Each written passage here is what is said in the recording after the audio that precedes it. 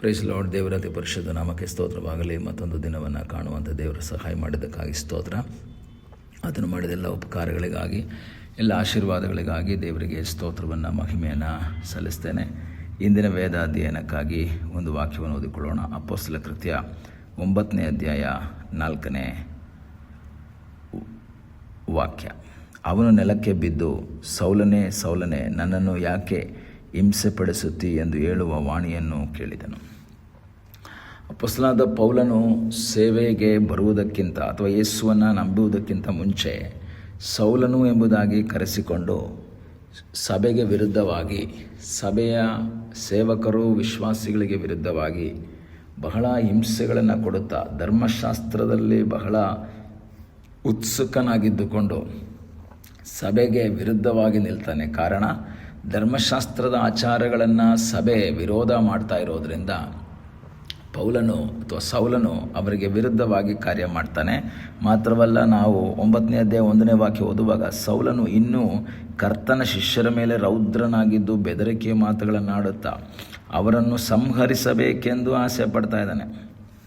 ಅವರಿಗೆ ಬೆದರಿಕೆಯ ಮಾತುಗಳನ್ನ ಆಡ್ತಾನೆ, ಸಂಹರಿಸಬೇಕು, ಅವ್ರನ್ನ ಕೊಲೆಗೂ ಸಹ ಅನುಮತಿ ಸಿಗಬೇಕು. ಈ ರೀತಿ ಬಹಳ ಪ್ರಯತ್ನಗಳನ್ನು ಸೌಲ ಮಾಡ್ತಾ ಮುಂದೆ ಹೋಗ್ತಾನೆ. ಆ ಸಮಯದಲ್ಲಿ ಅವನಿಗೆ ಯೆರೂಸಲೇಮಿನಲ್ಲಿ ಅನೇಕ ಸಂಗತಿಗಳನ್ನ ಇದು ಮಾಡಿದ ನಂತರ ಈಗ ಅವನಿಗೆ ಬೇರೊಂದು ಪಟ್ಟಣವಾದ ದಮಸ್ಕಕ್ಕೆ ಹೋಗಬೇಕು. ಅಲ್ಲಿರುವಂತಹ ವ್ಯಕ್ತಿಗಳು ಯಾರಾದರೂ ಈ ರೀತಿ ಇದ್ದರೆ ಅವ್ರನ್ನ ಹಿಡ್ಕೊಂಡು ಯೆರೂಸಲೇಮಿಗೆ ತರಬೇಕು, ಅವರಿಗೆ ಸರಿಯಾದ ಶಿಕ್ಷೆಯನ್ನು ಕೊಡಬೇಕು. ಒಂದು ಭಯದ ವಾತಾವರಣವನ್ನು ಸಭೆಯೊಳಗೆ ಉಂಟು ಮಾಡಬೇಕೆಂಬುದು ಸೌಲನ ಬಹಳ ಮುಖ್ಯ ಉದ್ದೇಶವಾಗಿತ್ತು. ಹೀಗೆ ಭಯದ ವಾತಾವರಣವನ್ನು ಉಂಟು ಮಾಡಿ ಈ ಯೇಸುವಿನ ಕಡೆಗೆ ಹೋಗುವವರನ್ನು ತಡೆಯುವಂತಹ ಉದ್ದೇಶವನ್ನು ಅವನಿಟ್ಕೊಂಡ. ಇಟ್ಕೊಂಡು ಈ ರೀತಿಯಲ್ಲಿ ಪತ್ರವನ್ನು ತಗೊಳ್ತಾನೆ. ಅಲ್ಲಿಂದ 3ನೇ ವಾಕ್ಯ ಹೇಳುತ್ತೆ, ಅವನು ಪ್ರಯಾಣ ಮಾಡುತ್ತಾ ದಮಸ್ಕಕ್ಕೆ ಬರ್ತಾನೆ. ದಮಸ್ಕದ ಹತ್ತಿರ ಬರ್ತಾ ಇರಬೇಕಾದ್ರೆ ಈ ಒಂದು ದೊಡ್ಡ ಬೆಳಕು ಮಿಂಚಿಬಿಡ್ತು. ಅವನ ನೆಲಕ್ಕೆ ಬಿದ್ದೋಗ್ಬಿಟ್ಟ. ಇದುವರೆಗೂ ಅವನಿಗೆ ವಿರುದ್ಧವಾಗಿ ನಿಲ್ಲುವವರು ಯಾರೂ ಇಲ್ಲ, ಅವನಿಗೆ ವಿರುದ್ಧವಾಗಿ ಮಾತಾಡುವವರು ಯಾರೂ ಇಲ್ಲ, ಅವನಿಗೆ ವಿರುದ್ಧವಾಗಿ ಕಾರ್ಯ ಮಾಡುವವರು ಯಾರೂ ಇಲ್ಲ.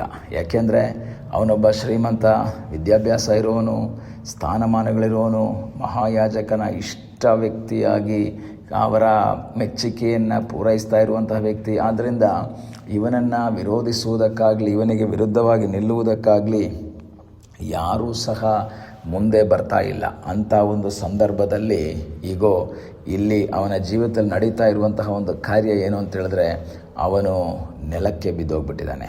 ಬಿದ್ದಂಥ ಸಮಯದಲ್ಲಿ ಒಂದು ಶಬ್ದ ಅವನಿಗೆ ಕೇಳಿಸ್ತಾ ಇದೆ, ಸೌಲನೇ ಸೌಲನೇ, ನನ್ನನ್ನು ಯಾಕೆ ಹಿಂಸೆಪಡಿಸ್ತಿ. ಲಿಟ್ರಲಿ ಸೌಲ ಯೇಸುವನ್ನು ಹಿಂಸೆಪಡಿಸಲಿಲ್ಲ. ಕರ್ತನೇ ನೀನಾರು ಅಂತ ಕೇಳಿದಾಗ, ನೀನು ಹಿಂಸೆಪಡಿಸುವ ಯೇಸುವೆ ನಾನು. ಯೇಸುವಿಗೆ ಅವನು ಹಿಂಸೆ ಕೊಟ್ಟಿಲ್ಲ, ಯೇಸುವಿನವ್ರು ನೋಡಿಲ್ಲ. ಯೇಸು ಮತ್ತು ಸೌಲನ ಭೇಟಿ ಆಗೇ ಇಲ್ಲ.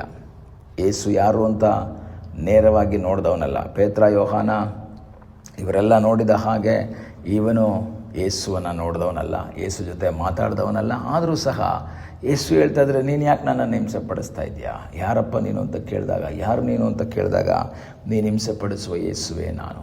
ಇದರಿಂದ ನಾವು ಏನು ಅರ್ಥ ಮಾಡ್ಕೋಬಹುದು, ಯೇಸುವನ್ನು ಹಿಂಬಾಲಿಸುತ್ತಿದ್ದಂತಹ ಜನರನ್ನು ಹಿಂಸಿಸಿದ್ರೆ ಅದು ಯೇಸುವನ್ನು ಹಿಂಸಿಸಿದ ಹಾಗೆ, ಯೇಸುವಿಗೆ ವಿರುದ್ಧವಾಗಿ ನಿಂತ ಹಾಗೆ.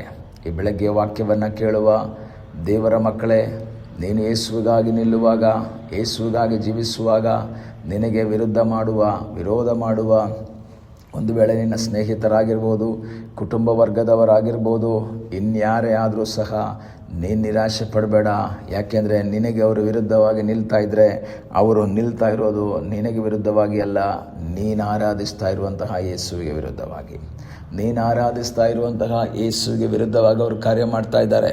ಡೀಲ್ ಮಾಡೋದು ಯಾರು, ಅವರೇ ಮಾಡ್ಕೊಳ್ತಾರೆ. ನಮಗೆ ವಿರುದ್ಧ ಅಲ್ಲ ಅಂತ ತಿಳ್ಕೊಂಡ್ರೆ ಸಾಕು. ಸೌಲನ ಆ ಒಂದು ಕ್ರಿಯೆ ಯೇಸು ಹೇಳ್ತಾ ಇದ್ದಾರೆ, ನೀನು ನನಗೆ ವಿರುದ್ಧವಾಗಿ ಮಾಡ್ತಾ ಇದೀಯ. ಯಾಕೆಂದರೆ ನನ್ನ ಮಕ್ಕಳು ನನ್ನನ್ನು ಆರಾಧನೆ ಮಾಡ್ತಾರೆ, ಅವರಿಗೆ ವಿರೋಧ ಮಾಡಿದ್ರೆ ನನಗೆ ವಿರೋಧ ಮಾಡಿದ ಹಾಗೆ. ಅವರನ್ನು ಹಿಂಸೆ ಪಡಿಸಿದ್ರೆ ನನ್ನನ್ನು ಹಿಂಸೆ ಪಡಿಸಿದ ಹಾಗೆ. ಈ ಬೆಳಗ್ಗೆ ವಾಕ್ಯವನ್ನು ಕೇಳುವಂಥವರೇ ದೇವರ ಸನ್ನಿಧಾನದಲ್ಲಿ ಹೇಳೋಣ, ಸ್ವಾಮಿ ನೀನು ನನ್ನ ಸಂಗಡ ಇರುವುದಕ್ಕಾಗಿ ಸ್ತೋತ್ರ. ನಾವು ಆತನಲ್ಲಿ ಆಶ್ರಯಿಸಿ ಆತನ ಚಿತ್ತಕ್ಕೆ ವಿಧೇಯರಾಗಿ ಆತನ ಇಷ್ಟವನ್ನು ಮಾಡುತ್ತಾ ನೀವು ಮುಂದೆ ಸಾಗುವುದಕ್ಕೆ ಬಯಸುವುದಾದರೆ ನಮ್ಮ ಸಂಗಡ ಇದ್ದು ನಮ್ಮನ್ನು ಆಶೀರ್ವದಿಸಿ ನಮ್ಮನ್ನು ಬಲಪಡಿಸಿ ನಮಗೆ ಧೈರ್ಯವನ್ನು ಕೊಟ್ಟು ಮುನ್ನಡೆಸುವಂತಹ ದೇವರು. ಆದ್ದರಿಂದ ನಾವು ಡೀಲ್ ಮಾಡೋದು ಬೇಡ, ನಮಗೆ ಹಿಂಸೆ ಮಾಡಿದವ್ರ ಬಗ್ಗೆ ನಾವು ಕೋಪ ದ್ವೇಷ ಹಾಗೆ ತಾನೇ ಇಟ್ಕೊಳ್ಳೋದು ಬೇಡ. ಅದು ದೇವರು ಡೀಲ್ ಮಾಡ್ಕೊಳ್ತಾನೆ. ಯೇಸು ಆ ಡೀಲಿಂಗನ್ನು ನೋಡ್ಕೊಳ್ತಾನೆ.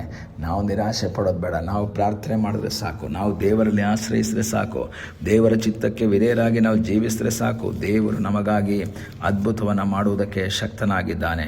ಆದ್ದರಿಂದ ಕರ್ತನಲ್ಲಿ ಆಶ್ರಯಿಸೋಣ, ಕರ್ತನ ಮುಖವನ್ನು ನೋಡೋಣ. ಕರ್ತನೆ, ಹಿಂಸೆ ಮಾಡುವ ಆ ವ್ಯಕ್ತಿಗಳಿಗೆ ನಾನು ಹಿಂಸೆ ಮಾಡದೆ ನಿನ್ನ ಸನ್ನಿಧಿಯಲ್ಲಿ ಪ್ರಾರ್ಥನೆಯಲ್ಲಿ ಮುಂದೆ ಹೋಗುವಾಗ ನೀನು ಬಾಕಿ ಕಾರ್ಯಗಳನ್ನ ಡೀಲ್ ಮಾಡಿಕೊಡ್ತೀಯಾ ಎಂಬ ನಂಬಿಕೆಯಿಂದ ನಾವು ಮುಂದೆ ಹೋಗೋದಾದರೆ ದೇವರು ನಮಗಾಗಿ ಕಾರ್ಯ ಮಾಡ್ತಾನೆ. ವಾಕ್ಯ ಹೇಳ್ತದೆ, ಪ್ರತಿಕಾರ ಮಾಡೋದು ನಮ್ಮದಲ್ಲ, ಅದು ದೇವರ ಕೈಗಳಲ್ಲಿರುವಂಥದ್ದು. ಇಸ್ರಾಯೇಲ್ ಮಕ್ಕಳು ಈ ಸಭೆಯ ವಿಶ್ವಾಸಿಗಳು ಯಾರೂ ಸೌಲನ ವಿರುದ್ಧವಾಗಿ ನಿಲ್ಲಕ್ಕಾಗೋದೂ ಇಲ್ಲ.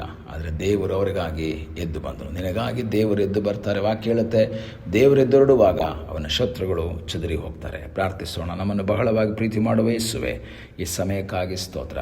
ಈ ಸಮಯದಲ್ಲಿ ಮತ್ತೊಂದು ಆವರ್ತಿ ನಿನ್ನ ಹೆಸರಿಗೆ ಒಪ್ಪಿಸಿಕೊಡ್ತೇನೆ. ನೀನು ನಿನ್ನ ಮಕ್ಕಳಿಗಾಗಿ ಎದ್ದು ನಿಂತು ಅದ್ಭುತವನ್ನು ಮಾಡು ಎಂಬುದಾಗಿ ಪ್ರಾರ್ಥಿಸ್ತೇವೆ. ಪ್ರಾರ್ಥನೆಯನ್ನು ಕೇಳಿದ್ದಕ್ಕಾಗಿ ಸ್ತೋತ್ರ. ಯೇಸುವಿನ ನಾಮದಲ್ಲಿ ಬೇಡುತ್ತೇವೆ ತಂದೆಯೇ, ಆಮೇನ್. God bless you.